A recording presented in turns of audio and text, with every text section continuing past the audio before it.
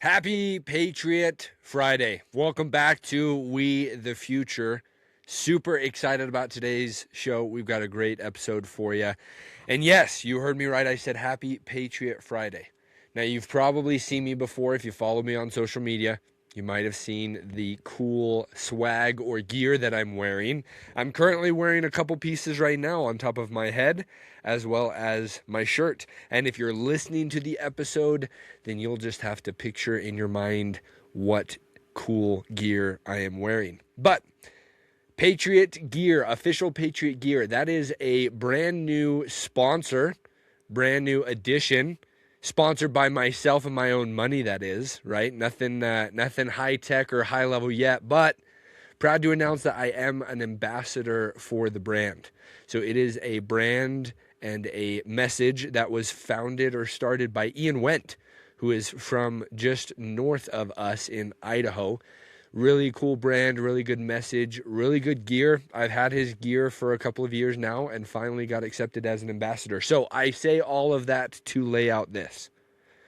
If you haven't already, go check out their website, officialpatriotgear.com. You'll see I've got the sticker here on the laptop. We've got the gear on top of my head, and like I said, my shirt. I'll be wearing a lot of their gear, but on Fridays, it's Patriot Fridays. So today is a Friday, so happy Patriot Friday to you. But back to our regularly scheduled program. We got a lot to discuss and a lot to dive into. It's been a couple of days since we've last talked with each other, or at least since you've last heard my voice. So we're going to dive in today and talk about everything that's happening in Minnesota right now, everything that's happening with ICE and with the protesters. We're going to talk a little bit about immigration and what the hell is going on in America. Also, just in case you needed a friendly reminder, once again, there are rules for us and not rules for other people. And what do I mean by that? Well, I go back to that phrase, right? And I tried to break it down just barely. Rules for me or rules for thee, but not for me. Whatever the rules little slogan goes, just remember that that's true. We live in a nation and a society where there are some rules that you can be heavily punished for. And then other people, I don't know, like politicians, if they decide that they don't want to follow those same rules, that they won't be held accountable. We're going to dive into that and so much more. So if you haven't already, strap up, buckle up. We're going to get into it. This is We the Future. I'm Bryce Wheeler, and welcome back. Let's go.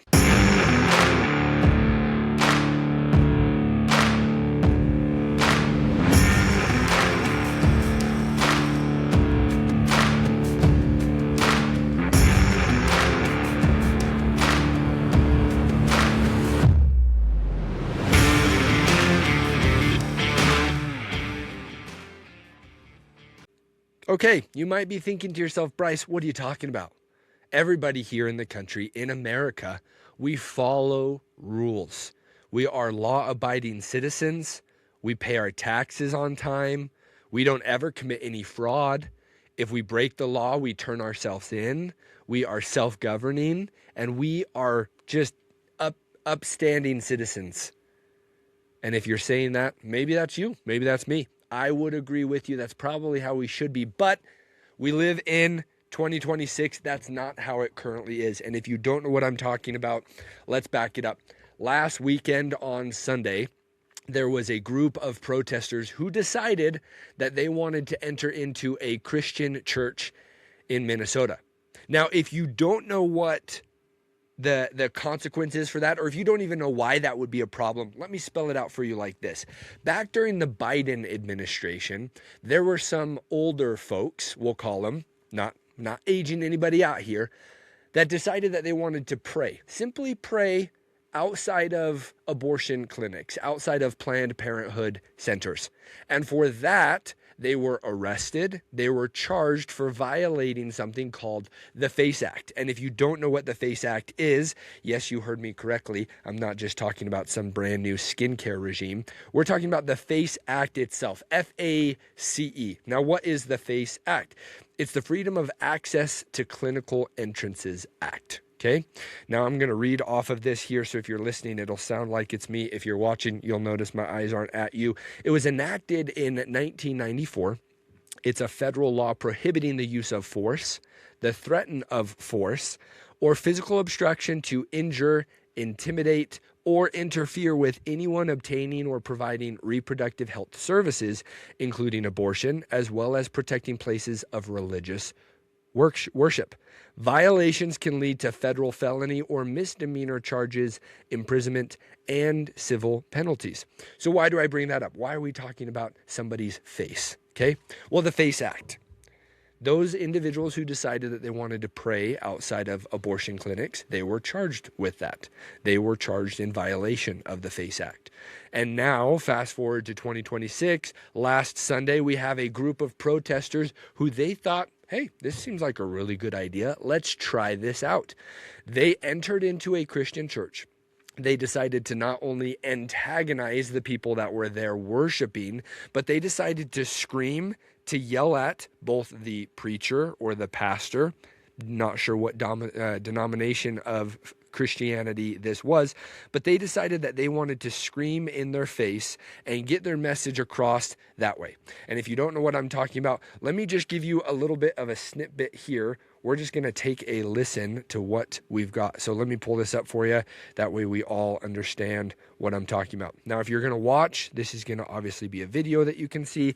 If you're just listening, then hopefully you can hear this little snippet right here. So let me pull it up.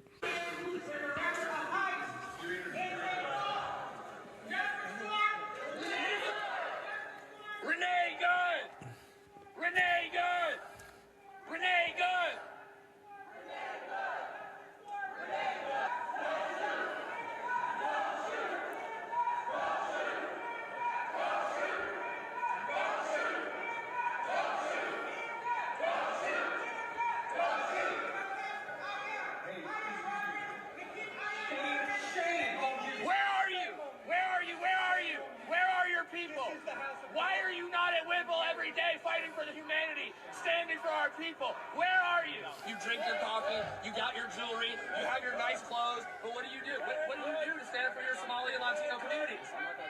You have no comment, exactly.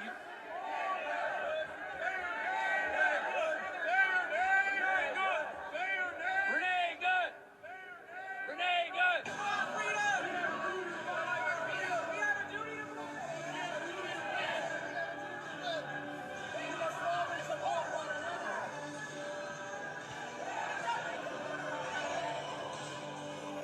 Comfortable white people who are living lavish, comfortable lives while children are dragged into concentration camps. You're living real life, nice lives with your lattes, doing absolutely nothing for your Latino and Somali brothers and sisters. You come here to a man wearing a suit. Is a preacher? Did Jesus wear a suit? Did Jesus profit off the words? No. Jesus would die with immigrants. You do not touch me. Touch me again and see what happens. You are a fake Christian. Why are you not standing with your Somali and Latino communities? All right, we're going to stop it right there, only because I feel like we get the gist of the entire message.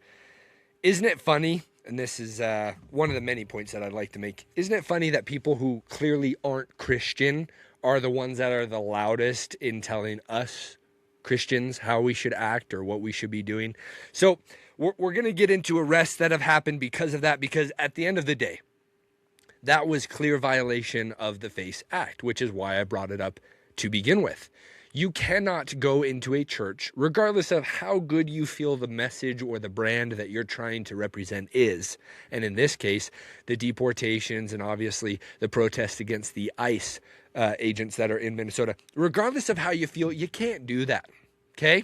And if we're trying to take back our country from people who are committing, atrocities and crime and fraud on multiple different levels, we got to start with somebody. We got to start somewhere, okay? And we're going to talk about ICE. We're going to talk about what's going on. I'm going to share my feelings, of course. That's why you tune into the show. If you don't want to hear my thoughts, then obviously you can stop it or just don't listen to it. But here's my opinion on this. We need to see arrests. We need to see multiple people laid out, thrown into jail, charged with the FACE Act, because if an old lady can be charged with this same crime and violating the FACE Act because she's not blocking the entrance to the abortion clinic, but she's simply praying outside of it, praying for the souls of those children who are being killed and murdered inside that building. I think it's very clear that the Department of Justice should do everything they can to charge these individuals with those same crimes. Now, the pastor, the reason why they were there, the pastor's name, I pulled it up here for us, David Easterwood. David is in charge of he's the field director over ICE in Minnesota. And so that's why they were there. They were there protesting, of course, and you can ask me what, you may have different thoughts. I feel they're just protesting in general because they hate Christ, right? It's pretty clear. Churches for a long time, right? We're going back to world wars. They've always been kind of a no-go zone, right? Like they're off limits. You can bomb an entire city, but you probably aren't supposed to bomb the church there, right? We may be able to go in and ransack all of these other buildings, but if there's a church, we're going to probably avoid it, which is why there were so many notable figures throughout the world wars that we've had that violated that kind of unwritten law and went into churches and desecrated those places that are now frowned upon, right? So David Easterwood, the pastor, because of his involvement in that local field office and being the director of that field office for ICE, they decided that that was the perfect opportunity to go and attack him, his congregation, and obviously make fools of themselves. Well, here's the other kicker to all of this, okay? Don Lemon. If you don't know who Don Lemon is, and I'm not being we're spelling out the facts for you, okay? Don Lemon used to be a CNN reporter. He is black, he is gay, and I think that will all play into context here. He decided that he wanted to be bootstrapped on the ground, that he was going to be involved in all of this. Not only was he involved in all of this by entering into the church and violating the FACE Act himself, but he decided that he would go up to the pastor and to try to get a little quick interview with the pastor to see what the pastor's thoughts were, to talk to David, like I said before, David Easterwood. So here we've got, I'll pull up the video because once again, I record everything so I can show it to you guys. Here we've got Don Lemon interviewing with David and just having a little chit chat about what his thoughts were on the entire situation. So let's play this here. I have to take care of my flock. Listen, there's a constitution in the First Amendment to freedom of speech and freedom to assemble and protest. We're here to worship. We're here to worship Jesus because that's the hope of these cities. That's the hope of the world is Jesus Christ. I want to be very respectful. Please don't push me though. We're here to worship Jesus. Yes. That's why we're here. Okay. That's why we're here. That's what we're about. Do you think Jesus would be understanding? We're about. Okay, so we're gonna stop it there. Okay. And let me bring you back into the screen so that we can talk a little bit. And then I'm going to show you the video again because I want to point something out, just a little tangent, if you'll bear with me. So Don Lemon decides to ask this pastor, don't you think it's Christian, right? Don't you think this is good? And if the interview continues, which I can find the full clip, Don Lemon lets this guy know, hey, I'm a Christian too, right? I'm a Christian, which I'm ironic, right? A gay Christian. Okay, I'm sure they exist out there, right? Not being homophobic, or maybe I am. What I am just saying, though, is this. Don Lemon is there to tell this pastor and all of his people in his congregation what type of Christian they should be. They should be okay with them coming in, right? We learn from Jesus Christ himself. He lets it very well known in the New Testament. He got pretty upset to the point where he was flipping tables in the temple. He said, you made my Father's house, which is supposed to be a house of prayer and order, you made it a den of thieves. Is this not I mean, I don't know about you, but my spidey senses, my Scooby-Doo clue, abilities, this kind of screams a den of thieves, right? And we'll get into it a little bit later. There were actual convicted thieves and felons that were inside the church during that little protest and that little charade. What I want to point out, though, is this, just because, once again, I notice these things. I want to let you know about them, whether or not you feel like it's important. Let me show you the video again, because in this video, you might have heard Don say to the pastor, hey, I'm trying to be respectful. Please don't push me.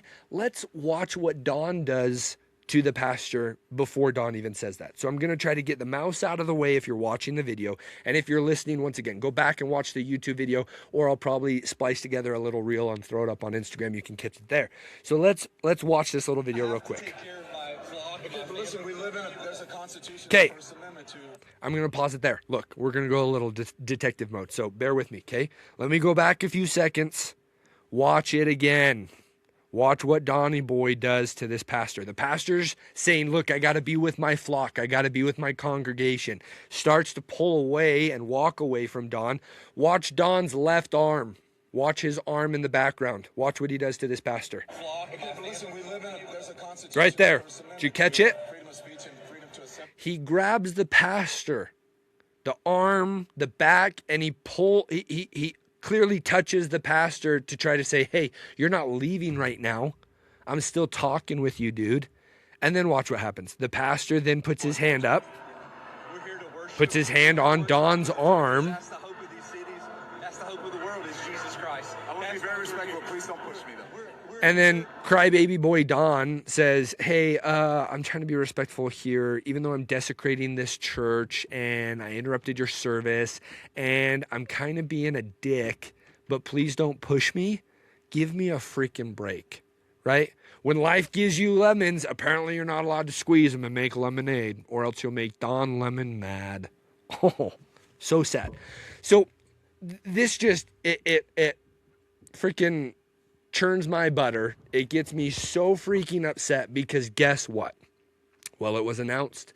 The Department of Justice, good old Pam Bondi, because she's known for convicting a lot of people that have committed crimes. Pam Bondi announces in tote with the DOJ that they're going to be bringing federal prosecution against these people, that they're going to be wrangling them up and they're going to be arresting them. And she even comes out early on in the week and says, we're going to be prosecuting Don Lemon for his crime in violating the FACE Act.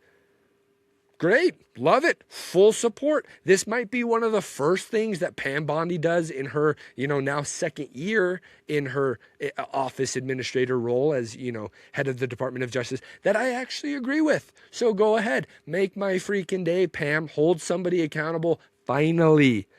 And yet what happens? Well, a local Minnesota judge decides that no, not going to prove it. We're not going to make this arrest happen. So Don Lemon gets off scot-free. Apparently, as of right now, right? They haven't announced any other ploy or attempt to arrest him or charge him. Because, remember, rules for thee, but not for me. And the best advice that I can give you guys right now, if you're thinking of, I don't know, maybe not paying your taxes this year, or maybe protesting in places you shouldn't be, or just committing any crime here in the United States, the best thing that you can do is this. If you're going to commit a crime, be a gay black news reporter who's got special privilege, be on the Epstein list, which I know might be hard to do in today's age. You might have missed that ship or that plane, might have already taken off without you, or be a Somalian immigrant and just, I don't know, get a slap on the wrist, right? That's kind of what we're learning right now with this Department of Justice is that, hey, look, man, kind of hard to prosecute you. You fall into one of these three categories. We're not going to pursue charges. Maybe we'll just, turn our other eye away from it. Maybe we'll just, look the other direction and not notice what you're doing behind our backs. And then we can just call it a day, right? So overall frustration, once again, for the Department of Justice, which shouldn't come as a surprise. And just in case you needed a reminder, where's our music? Cue the music. Cue the music. We are officially today 35 days post the deadline for the Department of Justice to release the full and redacted or unredacted Epstein files. 35 days late. Anything being done, right? I mean, there was an actual law written that they had to release it. It was actually voted on by Congress and by the House and the Senate, and it was signed by President Trump, and yet now they're 35 days late, right? I mean, what's the grace period here? We talking a mortgage grace period where it's like, well, we won't foreclose on the house until like 4 or 5 months after you've missed payments? Or is this like a car where like we're going to come out, we're going to take your car, right? We're going to actively tow your car away, commit a repossession because you're 3 months late. I don't know, guys, right? But all I do know is this: the IRS will be up your ass and up your mailbox's rear end too, with all of the letters that they'll send to you if you're, 35 days late to paying your taxes. And yet the Department of Justice, Pam Bondi, there's no accountability that's going to be held for them, right? The local judges or federal judges this week announced that, they're not going to be holding the Department of Justice accountable. They're just not going to do it. Why? Well, if we take it from Mike Johnson himself, the Speaker of the House, if we released the full Epstein files, it would bring our entire political, what were his words? Help me out here. The political foundation to the ground. And I've said it before, good, bring it down.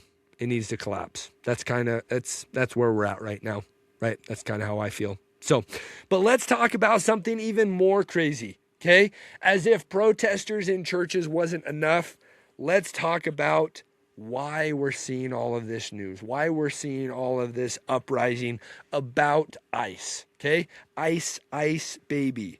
What's happening in Minnesota, okay? Well, if you're clued in online, you're going to be seeing a lot of different things. You're going to be seeing a lot of different opinions and perspectives. And once again, you're going to hear mine in just a few minutes. But I always try to be completely neutral in the entire situation, right? I try. I'm not saying I'm really good at it, but I try. But in this entire ICE situation, I just want to take us down memory lane. I want to hold your hand. I want to take you back to the Obama administration, right? Love him or hate him. Let's go back to Barack days. Let's take a trip back, right? 2008. What a glorious time. I don't know how old you were. I was, do the math here. I was 12, right? 12 years old, running around in whatever, grade school age I was in. I don't know, like, what is that? 12 years old, like 6th grade, 7th grade. Help me out once again. I'm not the smartest guy in the room, but I am smarter than some people. Take you back, okay? Let me just give you a little bit of context, okay? So let's watch some videos because today we're all about sharing some videos, okay?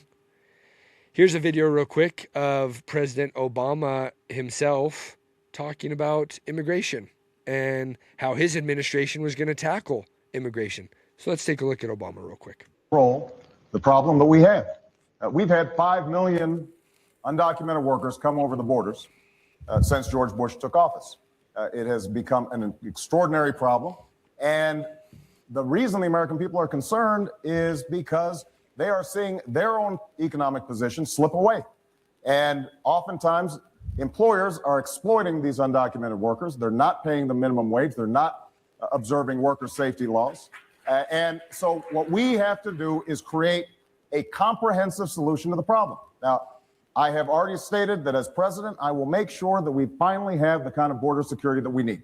That's step number one. Step number two is to take on employers. Right now, an employer has more of a chance of getting hit by lightning than be prosecuted for hiring an undocumented worker. That has to change. They have to be held accountable. And when we do those things, I believe that we can take the undocumented workers, the illegal aliens who are here, get them out of the shadow. Okay, all righty. So, why do I bring this up? Why do I show Barack Obama? Well, it's not because I freaking love the guy, right? It's not because I'm his biggest fan. But I show that to you for context. Where did we come from, right? How did we get here?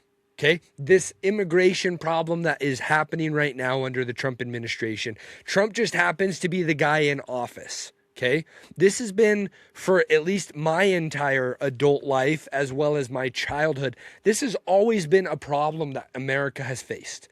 We have too many undocumented illegal immigrants, criminals.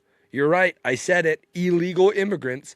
We have too many of them coming into our country, taking opportunities away from Americans, and then nothing happens. They're not prosecuted. They're not charged. They get on benefits. They steal and take away from the taxpayer, from our government funding programs.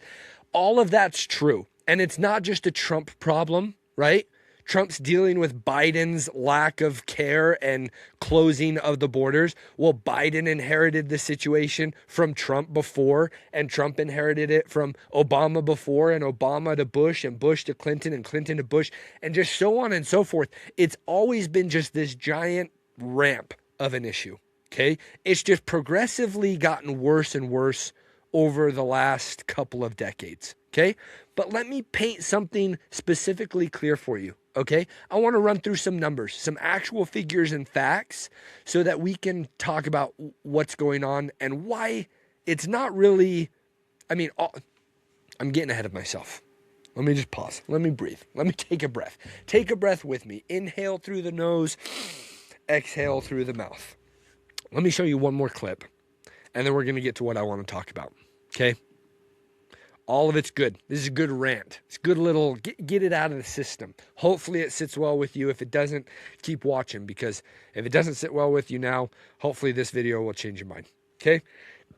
So here is an Obama official. Excuse me. Her name is Cecilia Munoz. Let's hear what Cecilia has to say, okay? This was after Obama had been elected. This is in 2011, okay? Will this administration continue to oversee the deportation of 400,000 people a year? As long as Congress gives us the money to deport 400,000 people a year, that's what the administration is going to do. That's our obligation under the law. We will be strategic about how we do it. And the number of those folks who are either criminals or recent arrivals will continue to go up. But yes, this is our obligation under the law. And while we have the debate about reforming the law, we must enforce it, and we will do that. Are you saying that this administration believes that there are 400,000 serious criminals who are not in jail right now and who should be deported? 400,000 people. Where are you going to find them if you're saying that your emphasis is only on serious criminals? As I pointed out, of the people that we remove, of the 400,000 people removed in the last year, about half of them are serious criminals under the definition in immigration law. And the vast majority of the other half are either recent arrivals, people who are in the process of crossing at the border, or people who have recently been deported or who had previously been deported and are reentering. So that makes up the bulk of the 400,000 in previous years. And if the trends continue, that'll be reflected in the next 400,000 that we remove. But Congress passed a law, and Congress appropriates funds to implement that law, and the executive branch's job is to enforce it. How we do it matters a lot, but the president can't say to the Congress, I'm not going to bother to enforce this particular law because these are really compelling people. That's not how democracy works. Okay, all righty. So as if you didn't need any more evidence or any more, I don't know, good facts in front of your face, because if we've learned anything from Ben Shapiro is facts don't care about your feelings. And this is mainly targeted towards an audience that I probably don't have watching the podcast, but this is going to be a little recording we put out on Instagram. How come during Obama's administration you were fine with all of this? And how do I know you were fine with all of this? Well, during Obama's administration, let me go back to the journal, because we always try to take notes and be educated before each episode. Obama deported 5.2 million people during his administration. And guess how many riots there were? 0. The number that comes before 1. I'll keep it easy for you libtards out there. What about Bush? Bush deported 10.3 million people. How many riots or protests? 0. What about Clinton before Bush? 12.5 million deportations. How many riots or protests? 0. What about Trump? Well, right now the figure is kind of in the ballpark range of 1.5 to 3 million that he's deported so far in 2025 and now into 2026. How many riots and protests? 350. I don't know if like the telecommunication ways that libtards communicate with each other were just down prior to 2025, and like they just didn't work, and they weren't able to like work together cohesively enough that they were able to get, some protests out there and some people, throwing, spitting, and, using babies as human shields, which we'll get to in a second. Where was the outrage then? Where was the outrage then? It makes no sense in my mind, and I hope and pray it makes no sense in yours, that they can be this upset about it in 2026, but yet back when Obama was doing it, they had no problem with it. Back when Clinton and Bush were doing it, no problems with it. And these numbers, these numbers supersede Trump's numbers by a lot, right? We're talking Clinton, 12.5 million. That's a lot of freaking deportations. Bush, 10.3. Obama, 5.2. And if you notice, they're getting less and less, which conspiracy theory out there on that. Why is it that you have no issues with it then? Okay. Now, the question the reporter asked Cecilia in that interview, I think is really important. How are you going to go about doing this? How are you going to do it? And Cecilia said, well, the way that we do it, it's going to matter. It's going to matter. How did Obama do it? Well, let's just read this. During the Obama administration, all sanctuary cities, including the big ones, Chicago, Minnesota, Portland, right, Seattle, all of them cooperated fully with ICE and the Department of Homeland Security. They gave lists of all the undocumented workers or kids and had ICE come and get them. So all of this that's happening right now, it's not a lack of, it's ICE's fault, it's the executive branch's fault, it's Trump's fault. This is nothing more than the fault of our local political leaders. And I think that's pretty clear. The mayor of Minnesota dude, that guy sucks. And Tim Walz, bro, don't even get me started. That guy sucks too. Okay? They both suck. So all of this to point out the clear blaring issue. Yeah, you may blame Trump. You may blame ICE agents. You may think that they're the root of the issue. The root of the issue is this. This has always been how the United States operates with deporting illegal immigrants. There's a reason why we have ICE and we have the Department of Homeland Security. There's a reason why we have sanctuary cities and why we ask for political leaders in those cities to help with deportations. These numbers from former presidents Clinton, Bush, Obama, those numbers don't just happen at a whim. They happen because local leaders decided to help ICE and help the Department of Homeland Security actually get rid of these undocumented illegal immigrants. So spare me your feelings, spare me your thoughts and your outrage right now when you had nothing to say about it then. Now, you may be asking yourself the same question that I've been asking myself. Well, Bryce, how can they be so upset about it then and not upset about it now? What would be the reason why? Political division? Distractions? Psyops? I don't know. Pick your poison. I think it's a big combination of all of those things. But overall, let's just talk about political division. Right now, we're seeing more and more in America, the left and the right are always at each other's throats. Right? The right says that the radical left is the problem. The left says the radical right is the issue. All we're hearing from our, news stations and political leaders, even up to international leaders, is that we just live in a country that's politically divided and we're all just constantly attacking each other. If they can divide us, then they hold the power. And when I say they, who's they? Well, political leaders, billionaires, technocrats, people that, I don't know, have a lot to gain from civil unrest. If they can keep us divided, then we fall. We truly fall as a nation. United we stand, divided we fall. So I know I've added a bunch of fuel to the flame and to the fire in this last few minutes of me ranting and raging about all of this, and I'm going to go on even bigger rants in the next few minutes when we start breaking this other stuff down. But let's wake up.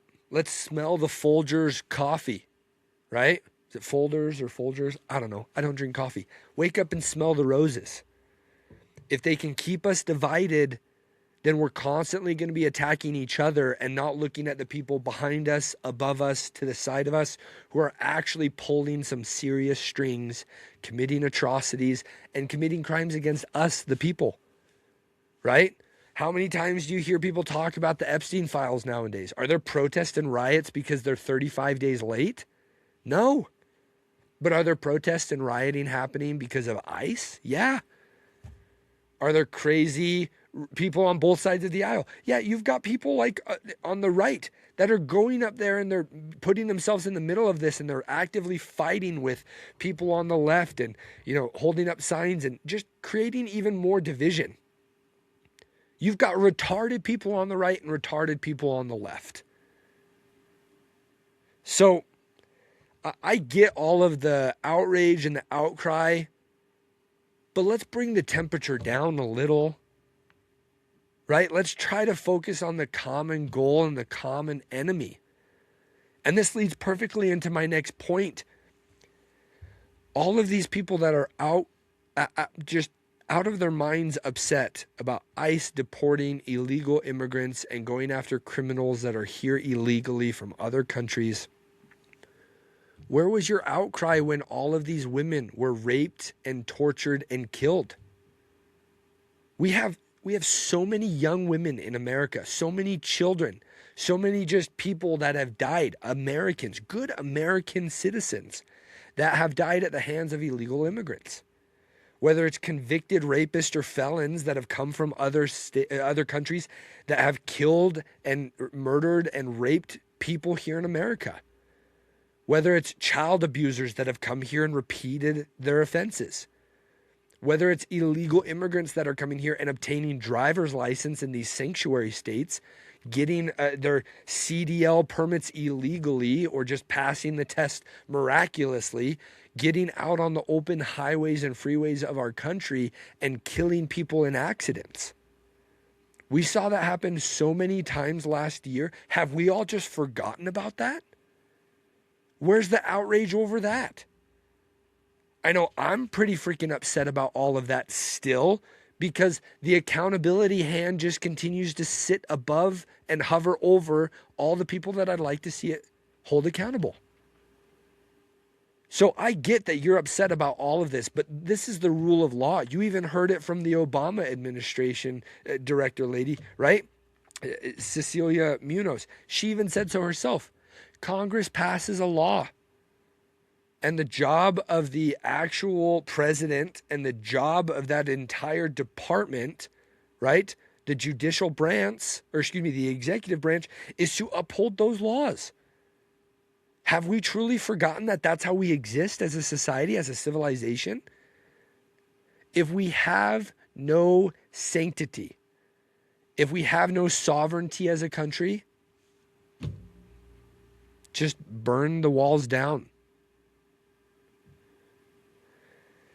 I talk about all of this because it's actively happening in our cities. It's actually happening. You can pull up any statistic that illegal immigrants, undocumented people that are here in our country, they are the ones that are depleting the resources the fastest. They are the ones that are utilizing food stamps and the welfare programs and job assistance programs. And they're just living off of the taxpayer, which is why you have so many people, and I'll throw my name into the mix, that are so damn upset and they're not paying their taxes this year. They're going on a 2026 tax strike. CPAs across the country are losing their freaking minds because we are sick of it. I just don't understand where we've come and how far we've fallen. Especially, and this leads into my next point, these people that are up in arms, that are protesting, that are upset about all of this, that are yelling about ICE and yelling about all of these different lawful legal arrests that are taking place. these are the same people that screamed for no borders. These are the same people that screamed for mask mandates. These are the same people that tried to force you and I to get a vaccine that was in testing stage. These are the same people. And yet they're also the same people that, ironically enough, are upset when there's masked ICE agents. Those ICE agents may be protecting themselves from COVID. Did you ever think about that? Probably not, Mr. Libtard. These are also the same people, and you can look this up. I think this is the most ironic. I mean, put it on a freaking bumper sticker and slap it on my truck, because this is so freaking funny. These people are setting up roadblocks in Minnesota, actively policing, and as it claimed from something that I saw on social media, checking to make sure that you're not someone who's a Nazi before they let you through the roadblock. They're setting up roadblocks, but yet they scream when President Trump tries to build a wall on the southern border. How does that make any sense? You're building a wall in the middle of a road in Minnesota or Chicago or Portland, and that's going to stop those ICE agents, but yet you lose your mind and cry on TikTok if we try to do the same thing at the border? It all just doesn't make any sense. And this next part is the part that makes me absolutely sick. It makes me sick to my stomach, okay? And we're gonna talk about you probably saw this, okay? The preschooler. His name is Liam Ramos. It was blown up all over today and last night. I mean, I saw movie stars that I follow, people in Hollywood, comedians, right? Which I unfollowed a few of them because I don't even know why the heck I'm following them in the first place. We saw people losing their minds because it was out there in the open. It was on the news. It was widely being broadcasted that ICE had detained a little boy, a preschooler, coming home from preschool with his dad. 5-year-old boy on Tuesday. So it was broadcasted last night, but it happened on Tuesday. So people are still a little late behind the news cycle here. During an immigration enforcement operation, Minnesota school officials and the family's lawyers have said that preschooler Liam Ramos, who is 5, was with his father and was named by the Department of Homeland Security, Adrian Alexander Conejo Arias. When Conejo Arias was approached by ICE agents on his driveway, it's posted by ICE. This is what they're claiming happened, that they did not target the boy, but that when conducting the operation against his father, who is an illegal alien, he abandoned his son. He just took off, left the 5-year-old boy in the driveway. So everybody losing their mind online and on social media about this little boy getting detained. Hey, I'm with you. I think that would be horrible. If ICE agents were tearing down preschool doors, stealing the goldfish crackers and Scooby-Doo fruit snacks from 5-year-old hands, and were placing them in zip ties and lining them up outside with their little dinosaur backpack lunch packs, yeah, I'd be pretty upset too. But here's the thing that we have to remember. Political division is what they're trying to just absorb out of this entire situation. What they're just trying to get out of the entire thing. And so on one side of the aisle, people are screaming that this little boy was detained by ICE agents and he was targeted and thrown in handcuffs. But then on the other side, you have ICE saying, hey, look, we were there to arrest the father. The boy was with the father. The father fled. We have the boy now. And it even goes on to say, and I'm reading here from the BBC's post about this, a criminal illegal alien abandoned his son as he fled from ICE officers. And our officers, this is a quote by ICE on X, and our officers ensured the child was kept safe in the bitter cold, the agency said. ICE made multiple attempts to get the family inside the house to take custody of the child. They refused to accept custody of the child. The father told officers he wanted the child to remain with him. DHS did not immediately respond to the BBC's request for comment, but photos provided to the BBC by the school district show a boy, identified as Liam Ramos, wearing a bunny-shaped winter hat, standing outside as an officer holds on to his backpack. So look, you're going to get both sides of the aisle that are screaming about this, and I'll be completely honest with you. It's hard to understand, or it's hard to even know who to trust, right? I think that some of the things that ICE agents are doing aren't good. I think that they might be overstepping the line. I think what ICE is doing also, on the other hand, is a really good thing. They're upholding our laws. They're upholding what we have voted for this administration, majority of the country voted for, which is mass deportations, to get these people out of our country so that we can somehow maintain some sort of sovereignty and sanctity of our nation and what we hold dear, so that we can kick out all of these criminals that are here committing crimes and that taking resources from the American taxpayer and the American people. I'm all for that. But I'll be honest with you, in this situation, I've got to believe the ICE agents. I've got to believe the DHS, because it makes no sense. What do they have to gain by arresting and deporting a 5-year-old boy? They don't have anything to gain. That would make them the epitome of, put it on every newspaper out there, they've overstepped, they're doing horrific things. So the school district, people in Minnesota, local politicians and local protest leaders that are out there peddling this narrative that that's what ICE is doing these days, I'm not going to believe you guys. I'm sorry. I'm not. It makes no sense. You have way more to gain if ICE is the bad guys than ICE does if they actually are doing that. So it doesn't make any sense to me. But why do I bring this all up? Well, A, because I wanted to talk about it, but B, right now in Minnesota, and I'm going to try to find some photos. Right now, protesters in Minnesota are using their children as human shields. And you might be thinking, Bryce, you're crazy. There's no way that people are actually using their babies as human shields. That's not true. It's a conspiracy theory. Take a look at it. A woman brought her baby to the protest in Minneapolis. So the baby, this is what the baby said. I watched the interview. The baby could feel the energy of love and show others that she can't be intimidated, even while holding her child. Well, this puts ICE agents and police officers in a really tough situation. If people are actively bringing children to the protest, strapping them on the body, what ICE agent is going to push a lady back or push her to the ground or pepper spray her if she's got a baby attached to her? It's not going to happen.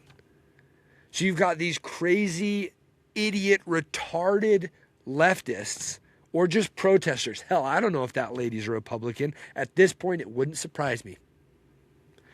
You've got these people that are out there protesting ICE and they're bringing their children with them. Stay home. Leave your kids at home. Did we learn nothing from Renee Good's situation? She had children at home, and her lesbian wife decided that it was important that they go out there and stalk and follow ICE agents. Go home. Be with your kids. What are we doing? Have we lost that sanctity of parenthood in our country, of taking care of your children and just being there to protect them? You feel that your voice is better spent out in the streets? Go home. I truly don't understand where we are as a country if that's the mindset. I really don't. But here's the thing why do I bring all of this up? Why are we even talking about ICE? Not only was deportation fine years ago during other president administrations, but all of these people are the people that have supported horrible things. Like I said before, mask mandates, COVID lockdowns. Hell, these people are the people that wanted a hotline that they could call into to tip off the police if their neighbor had more than 5 people at their house. These same people that were for mask mandates and rioting or, 6 feet apart for 4 years only having, a few people gathered together or wearing a mask, forcing people to get vaccinations. These people are the same damn people. It makes no sense to me. Just overall, the caption for this entire podcast episode today is just going to be make it make sense. Because none of it makes sense anymore. But all of this is true because right now, why this matters is what we're seeing happen in our country.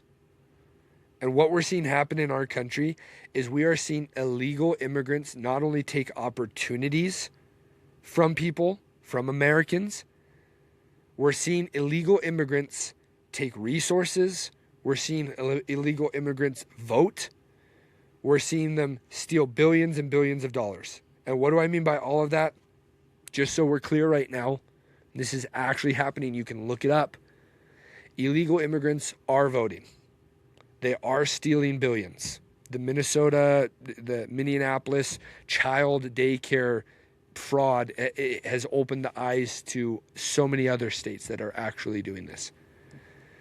Illegals are receiving benefits. They're receiving free health care. They're committing crimes. And this is the kicker of them all. They're influencing House seats. Because right now,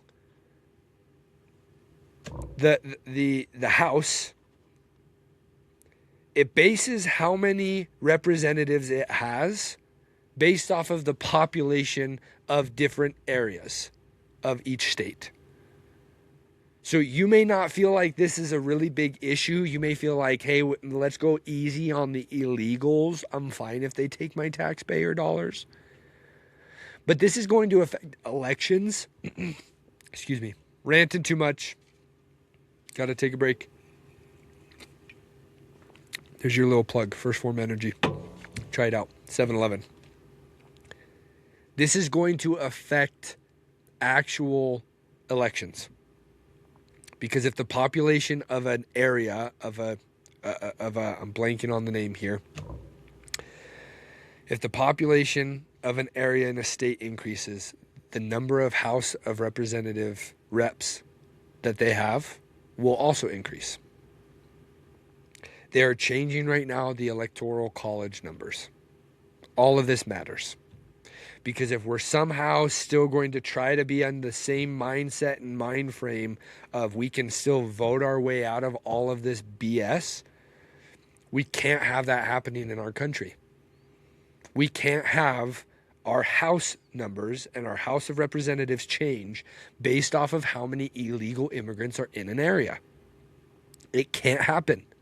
Because then those representatives, like we've seen in Minneapolis, are Somali representatives who have said, I'm not here to better the American people. I'm not here to continue the American way of life. I'm here for the Somali people.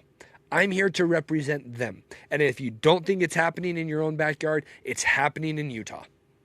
Right now in the district that I live in, someone on the Democratic side is running for the seat in the House, and he's a son of Somali immigrants.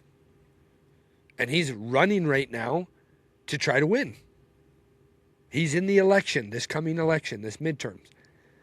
So spare me your sob story if we might be going against these illegal immigrants a little too harshly. Just save it. Because this actually matters. And it doesn't just matter on the electoral college side. It matters because do we really want criminals in our country? Think about it for a second. Do we really want this to happen? Because, Lord, forgive me for what I'm about to say. I would blow the head off of anybody that committed crimes against my family. I really would. And if that sounds harsh, so be it. If you're in a different mindset, I don't know if I'd kill for my kids. Okay, cool. I would, without a shadow of a doubt. So This should matter to you, because if the tables were turned and you were the grieving mother or father or sister or brother or just relative of somebody that was killed or raped, you probably would be up in arms too. You would probably want them to get rid of all of these illegal immigrants as well. So it just makes no sense to me that all of these people can just be completely fine with all of this. They're fine with immigrants being in our country. They're fine with people taking our way of life. They're fine with people coming here and not assimilating. They're just here to take over, right? Let's bring Mexican culture to America.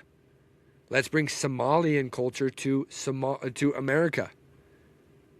All of these different ways of life, right? Like, keep your ethnic heritage and remember it. But if you're coming to America, welcome to America. We speak English. We follow the laws.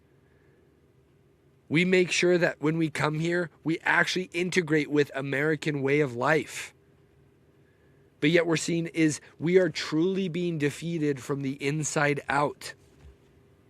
We are being eaten away. The American dream, the American way of life it's disappearing at a rate faster than what we're actually trying to recover from.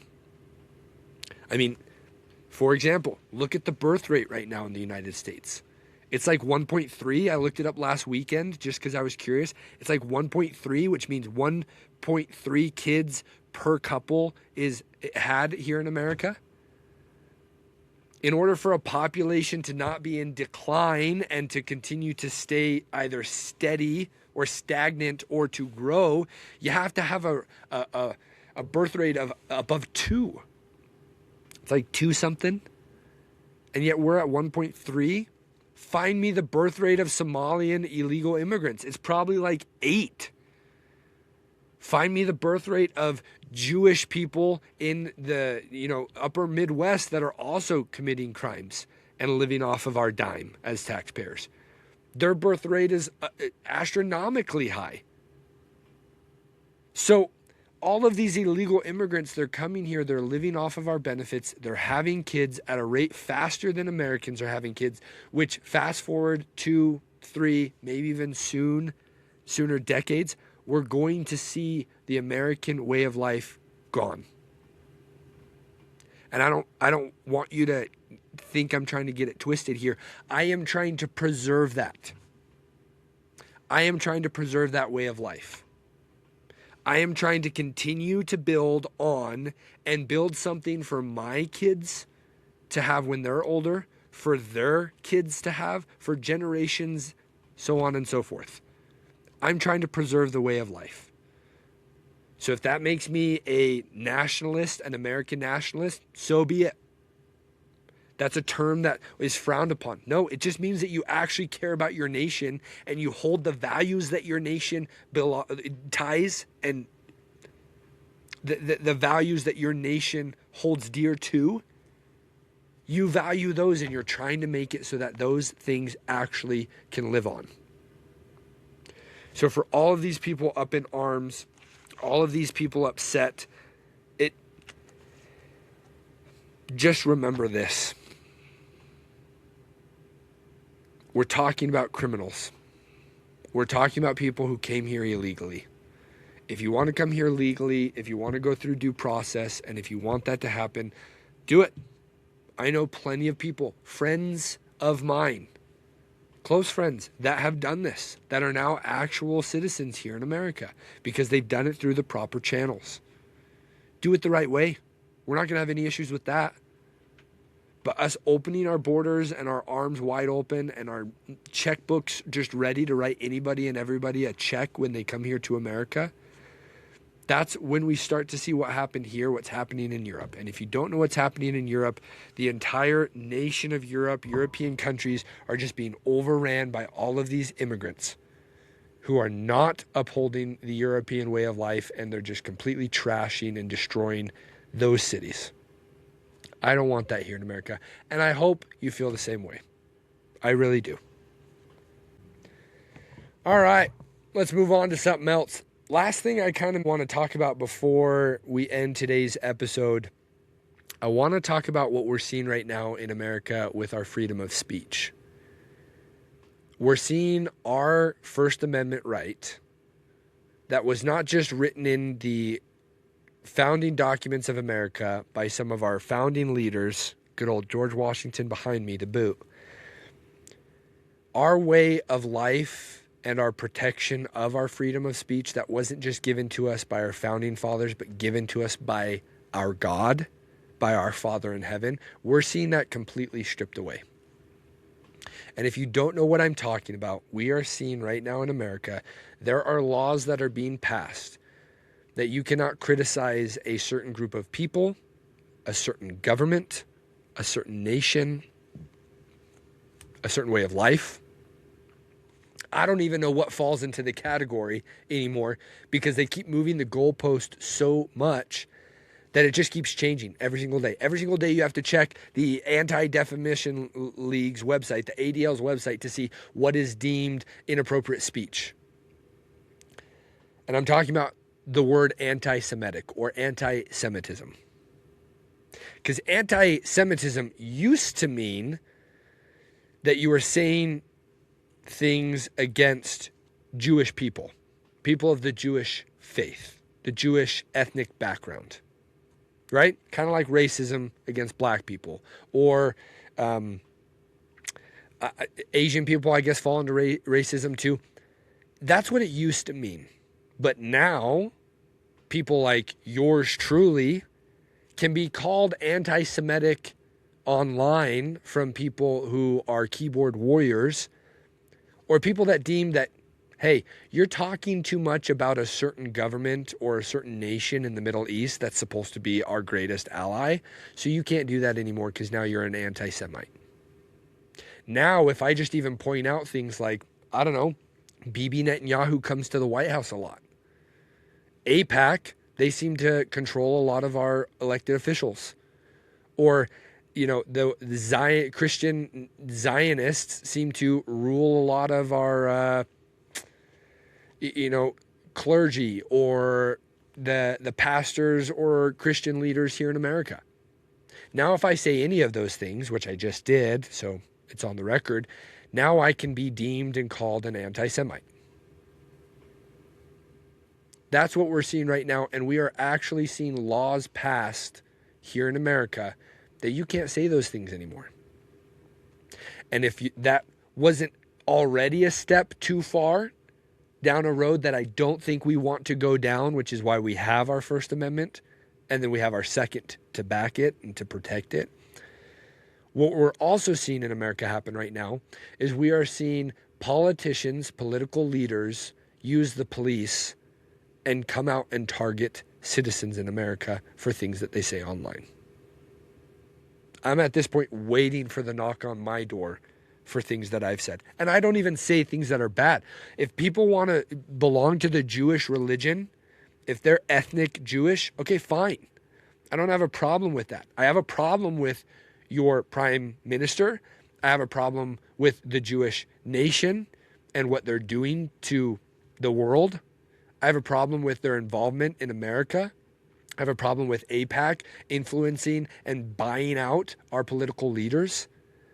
How we have to swear allegiance to, Israel and go out and kiss the holy wall before we can ever hold office here in America.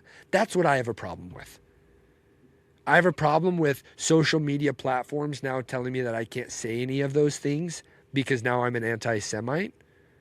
I have a problem with big billionaires and technocrats who are behind these organizations or behind these apps or platforms that we use that are now coming out and saying that you can't say those things or we're going to deplatform you or dehumanize you or target you and your family. I have a problem with the ADL coming out last week and saying that, hey, we are going to make it so incredibly hard for you to hold a job if you say anything anti-Semitic online. Or people that are part of the Jewish Congress here in America, because that exists, just in case you needed a reminder. I'm tired of those people and all of our global elitists coming out and saying, hey, you're not going to really be able to survive in the New World Order if you're saying things online that we deem as anti-Semitic. We might even freeze your bank. We might even stop the funds so that you can't survive anymore. I have a problem with people saying that I won't, or you won't, or other people that want to run for office won't be able to be elected if they don't at least swear their allegiance to Israel. That's a real thing, by the way. I'm not just making it up for you right now. That actually happened. I have a problem with that. So if you don't know what I'm talking about, if you haven't seen the videos, let me show you so that you can at least be caught up. All right, so here's the video. A little bit of context and background because I think it's important. This is a American citizen who posted something online, which we can dive into what she said. She posted some criticism towards the Miami Beach mayor, which his name is Stephen Minor. She posted something criticizing Stephen Minor because he's trying to pull funding from an organization in Miami that just happens to have Palestinian roots. He also is a big supporter of what's been happening in the Middle East with Israel bombing the entire Gaza Strip and killing hundreds of thousands of Palestinians at this point. So she posted something online, and what happened? Well, the Miami mayor, Stephen Minor, decided to send out the Miami Beach or the Miami police to visit this lady at her house. Roll the play. Roll the tape. This is your account? I refuse to answer questions without my lawyer present, so I really don't know how to answer that question. Like I said, This is freedom of speech. This is America, right? Veteran. and I agree with you 100%. All right. We're just trying to see the truth. We're not talking to the right person. We want to go see the right person. Okay, how can I help you? So pretty much it's just a statement that was made as far as, Basically says the guy who consistently calls for the death of all Palestinians tried to shut down a theater for showing a movie that hurt his feelings and refuses to stand up for the LGBTQ community in any way. Even leaves the room when they vote and unrelated matters. Wants you to know that you're all welcome. Clown face, clown face, clown face. Pretty good. Is it all? If it was you? I'm not going to answer whether that's me or not. Okay. The concerning part, and not concerning for the person who's posting it, where we're just trying to prevent somebody else getting agitated or agreeing with the statement. We're not saying it's true or not. I understand. That guy who consistently calls for the death of all Palestinians, that can probably incite somebody to do something radical. That's all we're here to talk about, and wanted to get your side. If it was you that posted that, I would think to refrain from posting things like that, because I can get something. I appreciate your concern. I appreciate you coming out here. Okay. That's it? That is it. I'm going to maintain my amendment rights to not answer the question about whether that's I hope that's So that's what happened. Okay? And if you caught what they were talking about in terms of when she said that he tried to pull what he deemed, right? This is, once again, this is Stephen Minor, the mayor. He thought that a movie was, something that he doesn't agree with, so he tried to pull the movie and then pull the funding from the movie theater. This is the movie that he didn't want played. It's a movie called No Other Land. It's an award-winning documentary detailing the displacement of Palestinians in the West Bank. And he sought to evict and defund O Cinema in March of 2025 because he called the film hateful propaganda. And after so much backlash, the effort was dropped. So she decided to tweet about it and to post something just as an American citizen, her own right, her own protected free speech. She decided to post something and say, hey, Stephen Minor, you're kind of being a little baby. Grow a pair. And what happens? Well, the Miami police show up to her house questioning her. Why are they questioning her? If you caught it in the last few seconds of the clip, and I know it's sped up for time reasons, they say, we're just here because the words that you used might cause somebody else to do something dramatic or something that we don't want to have happen. When is it my problem if somebody else takes my peaceful words, right? Because there is hate speech, and that's not protected. When is it my problem if I say something as simple as what she did? When is it my fault if somebody decides to do something crazy about that? I don't control that person's actions. We call that self-control here in America. And we should probably have a little bit more of it. But yet, she gets the police at her doorstep when she posts something about that. Now, let's connect a few dots here. Stephen Minor just happens to be Jewish. It's not a problem. It's not a bad thing.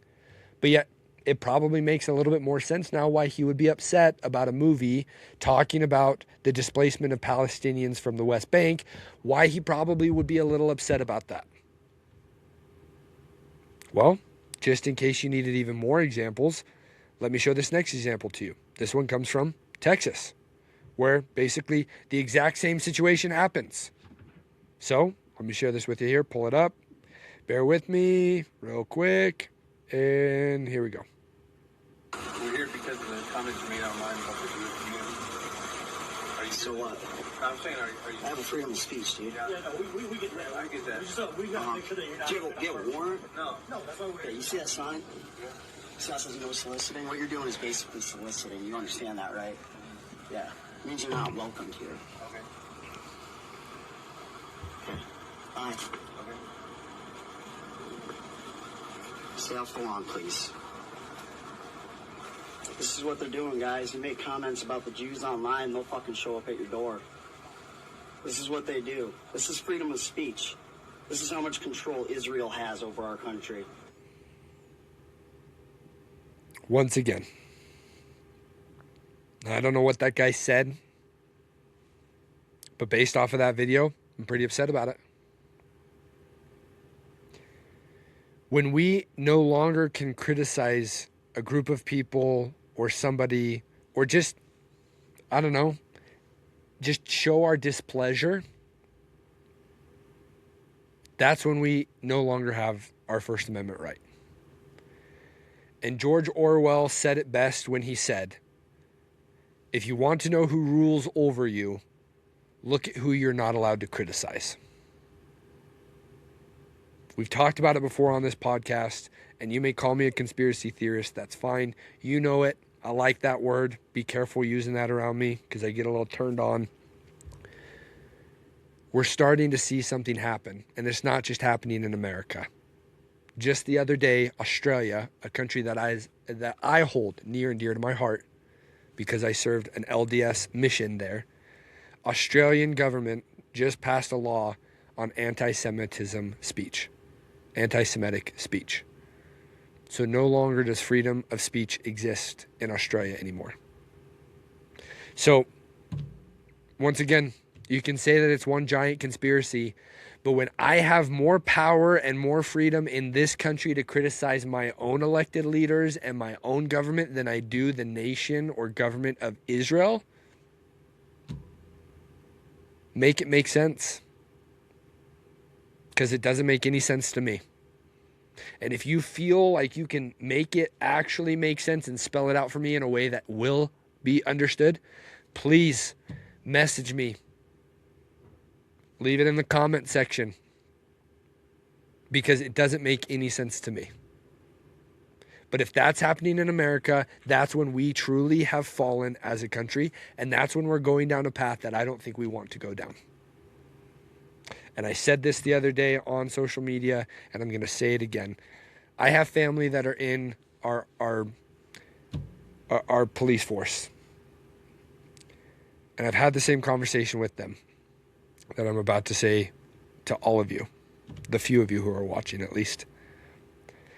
If you're a police officer, if you're somebody that is upholding the law and has sworn allegiance to the American people and to upholding the United States Constitution, you are going to have to ask yourself, because the day may be sooner approaching than you or I would like it to be, where you might be asked by your leaders or your superior officers to go do something like this, to go knock on the door of an American citizen and to bother them and to pester them about something they said online that was deemed anti-Semitic. That day will come. I'm already planning on the day coming where somebody tells a police officer or reports me for saying something. And when that day comes, you have to ask yourself, if you're truly an officer who's upholding the law and the United States Constitution, are you actively and actually going to follow through with that order? Because that's when you no longer uphold the Constitution of the United States. And I'm a little worked up about this issue because, let's bring it on home, Bryce. Ian Wendt, the founder and owner of Original Patriot Gear. He is right now being slandered, attacked. His family's being attacked. People are saying horrendous things online. I'm not only a friend of his, but we've spoken about this. His family's being attacked and slandered. His business, his social media accounts. He is being dragged through the mud because he has talked about so many topics that they deem as anti-Semitic. He has talked about so many conspiracies or, like I've said before, spoiler alerts that happen to involve the state of Israel and the government of Israel or Bibi Netanyahu, that now his name is being dragged through the mud because last week he was deemed, or this week, he was deemed by some keyboard warrior social media group that he was the anti-Semitic of the day, or anti-Semite of the day. So it's a little close to home right now, but it's also a little close to home because I don't want to live in a country where we can't criticize anyone. You can criticize me. You can say whatever you want in the comment section, right? And guess what? I'm going to maybe not like what you say, but I'm going to defend your right to say it, just as I hope you would do the same for me. So when we live in a country that starts to fall, well, what else is out for grabs? We're going to be like Australia and mandate a national firearm buyback program where now you can't have firearms. We can't have our Second Amendment. Okay, what about all the other ones? I don't want to live in that country. I don't want to live in that society. And I am trying to, like I said earlier, my goal is trying to build something and be a part of something and to leave something behind for my kids and their kids and their kids and so on and so forth that is actually beneficial. I'm trying to preserve this nation. One nation under God. That's it. A government that's by the people, for the people. A government that actually holds the people that it's elected to serve. It holds them first. So this whole movement, this whole notion of America first, yeah, America first. America only. Because if we can't focus on our own problems here at home, if you can't get your own house or home in order, how the hell are you going to go over to your neighbor's home and try to help them? It's not going to happen. I hope you enjoyed today's episode. We talked about a lot. We went over a lot. I'm going to get this released as soon as possible so that it can get out there. So hopefully you're listening to this on your commute home on a Friday night. Remember, Happy Patriot Friday. Go to officialpatriotgear.com and grab some gear. Grab some swag. Grab some cool hats, some cool shirts. Show off your patriotism for America. Support Ian and what he's going through right now. I know he would, of course, appreciate all of the support he can get. But most importantly, remember, the future is something that we build together, and it's something that should be beneficial for all of us. Okay? Hope you all take care. We will catch you back here next week. If you're not following us on social media, please do. Please not only listen to this on podcast streaming software, but also go to our YouTube and subscribe. Subscribers help build the channel. They also help me be able to do this.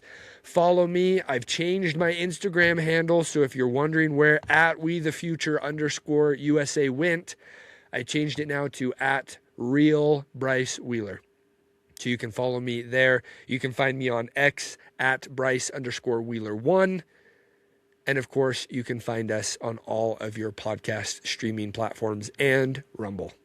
Hope you all have a great week. We will talk to you soon. Take care.